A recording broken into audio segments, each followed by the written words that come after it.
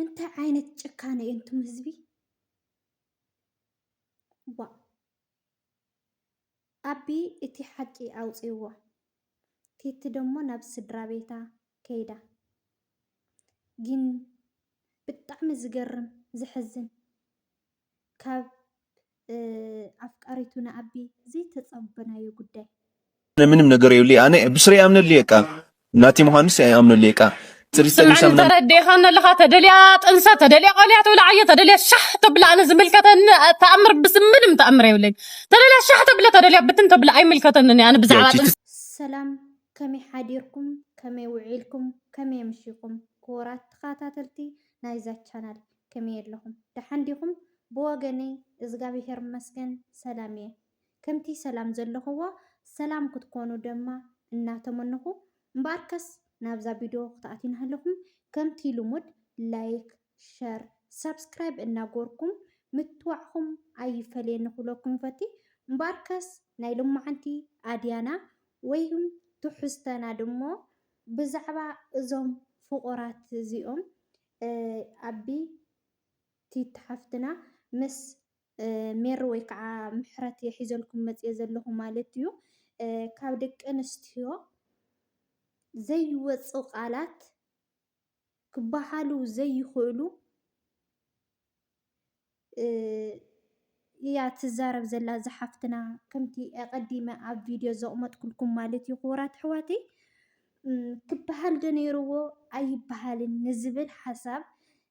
بوانو نعخاتم ون كحد قولكم ياكم ون أنا ون حسابي كجلت يا مالتي قورات حواتي إن إزم قول عزيهم زي دراما زي ويم زي عادية زي زي صارحو وزلو نهزوي زمهر ديو وي أيمهر النزبل بالطعمي كابز جرمني تتحفتنا نأبي أنيسية مساخا سلزنوركو أنا تنسي أدلن إيو إلى حسب حواتو نيرا مالتيو يكون دعنبر نسوون إتي تنسناتا أي تقبلنيو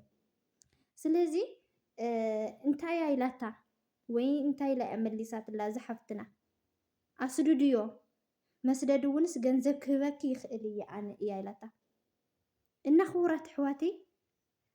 كاز حفتنا زياس انتاي تمهارو ويكاز حفتنا زياس انتاي تمهارا دك أنستيو هيوت سو متفق مالت انت عينت تشكانيو إن ولا ون أيهن ولا ون لدراما يلوم يسرحوا جين إتي قالاتا توصو زلان انت عينت سعوين كم تسألقيو نقاز علي إلكن كتحاسو عليكم ويكعا كتحاسو عليكن يخبر زخل بوغني مالتيو هيوتيو هيوتيا تطفئ زلا سلازي كاب قالاتنا نوصوم نجرات صبح نجهو مسوأتي كحتوتنا يخليو سلازي زحفتنا عفتيت هو زل حساب بالطعمية تجاج زلا إن خورات حواتي عاوز حلف فيديوم ويكع عاديوم إذا حفتنا نعدي سببا نعناي يا طول زل نورت مالتيو كابتو إنينايو بوتا نغير مخنياتو أنا كراجع عيد اللي يهوتي سلازي أنا كابتو زله هو بوتا كرحق يزلني يا إلى حسب هواتو مالتيو يكون دأمبر أبون بسن كتيرتي عدي حديقة خيد أي كإلنية ناتيتي نجرات بعلاقة فتحو إياه عيناتي سلازولكوا عيناتين إلو حساب هو مالتيو يكون دأمبر محرت حفتنا دمو بتنجرات أي تقبلتن صفي عتو يا خيدا مالتيو نأبي حونا بزخنا جين كورات حواتي انت يخولكم زخل مالتيو زو قداي زي أب حونا مالتيو زو صرحو زلو صبق أيقونن مخنياتو بجنزب تدفافيخا تجورو هيوت كأصالي هيوت أيقونن إن جنزب صريحهم فقرتليو صريحهم ከምፅዎ ይኽእሉ እዮም ማለት እዩ እና ቲቲ ሓፍትና ብዙሕ መስዋእቲ ካፊላ እያ ከምቲ ዝረእኹምዋ ናብ ሊብያ ከይዱ ካብ ሊብያ ንክተውፅእ ኣብ ላይፍ ተገቲራ 24 ሰዓት ብዙሕ ነገር መስዋእቲ ሓሊፋ እያ ማለት እዩ ግን ኣብ ሓውና እዚ ኩሉ እዚ ረሲዑ ንዓኣ ኣብዚ ሕዚ ሰዓት ከመይ እናበለት ከም ትውዕላ ናረእኹምዎ ፀኒሕኩም ኢኹም ማለት እዩ ክቡራት ኣሕዋተይ እና ኣብ ሓውና ትጋገ ኣለኻ ኢኻ ብጣዕሚ ትጋገ ኣለኻ ኢኻ ቲቲ ሓፍትና ኣብ ዝሓለፈ ሪኢኹምዋ ተኮይንኩም ሕክምና ኣትየ ኢላ ለቂቓ ነይራ እና ክቡራት ቤተሰበይ እቲ ሓቂ ኣቢ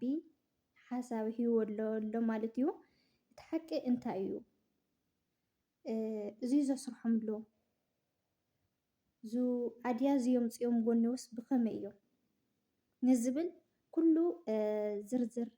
ሓሳቡ ሂቡ ኣሎ ኣብ ሓውና ማለት እዩ ስለዚ ክቡራት ኣሕዋተይ እስካብ መጨረሻ ሰሚዕኹም ነዚ ቪድዮ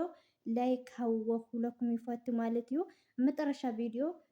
እቲ ሓሳብ ናይ ኣቢ ከቕምጠልኩም እየ ማለት እዩ ክቡራት ተኸታተልተይ ማለት እዩ ስለዚ ከምቲ ዝረእኹምዋ ሜራ ሓፍትና ንኣዲስ ኣበባ ንኺድ ካብዚ ጭቕጭቕ እዚ ንውፃእ እያ ትብሎ ነይራ ኣብ ሓወይ ደሞ ኣይከድን ኢልዋ ማለት እዩ ቲቲ ደሞ እቲ ነገራት መሪፃቶ ዘላ ካብ ንሳቶም ናብ ኣዲስ ኣበባ ክኸዱ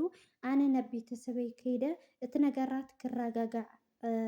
ምእንታይ ናብ ቤተሰበይ ክኸይድ እየ ኢላ ናብ ቤተሰባ ከይዳ ኣላ ማለት እዩ ክቡራት ኣሕዋተይ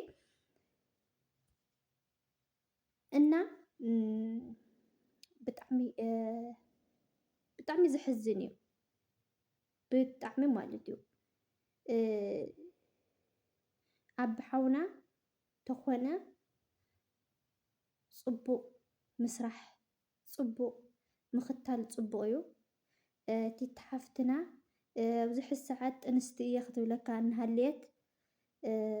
ኣሜን ኢልካ ክትቕበሎ ኣለካ እምበር ኣስድድዮ ገንዘብ ክንህበክ ኢና ክትብልዋ የብልኩምን ማለት እዩ እንድያም ኣብ ጎና ኮይንኩም ኢኹም ክትሕግዝዋ ክትድግፍዋ ትኽእሉ እምበር ገንዘብ ስለ ዘለዋ ሜሪ ብገንዘብ ተደፋፊእኻ ናብ ሜሪ ከተብል ኣይነበረካን እቲ ሓቂ ማለት እዩ ክቡራት ቤተሰብ እና ናይ ሎማዓንቲ ከምዚ ይመስል ብጣዕሚ ጠፊእና ኢና ቀኒና ብርግፅ ሮመዳን ምስቲ ምዃኑ ብጣዕሚ ኢና ተጠፊእና ከምቲ ትፈልጥዎ ደሞ እቲ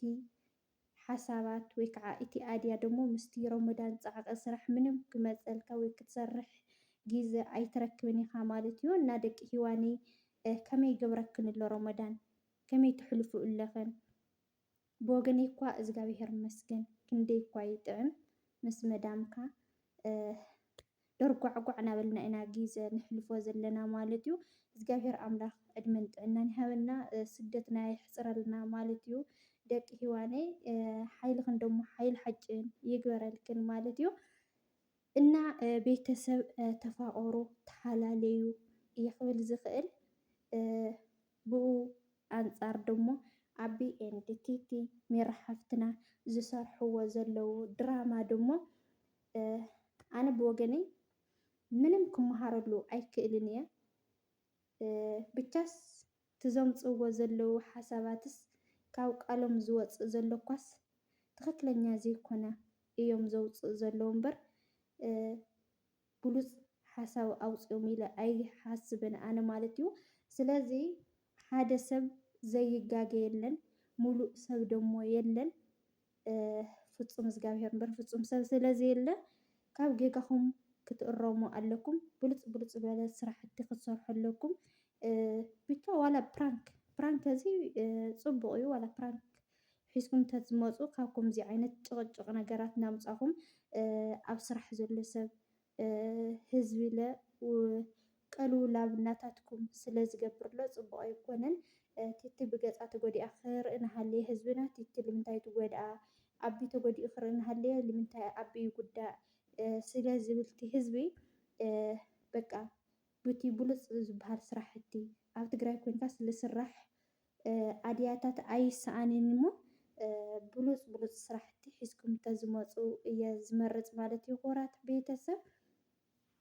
እና ናይ ሎማዓንቲ ዝነበረና ትሕዝቶ ወይ ከዓ ኣድያ እዚ ይመስል ነይሩ። ብዝቕፅል ብኻሊእ ትሕዝቶ እስካብ ንራኸብ ስሰናይ ንዓኹም እናበልኩ ነዚ ቪድዮ ተፈቲኹምዎ ላይክ፣ ሸር፣ ሳብስክራይብ ብምግባር ኣተባብዑና።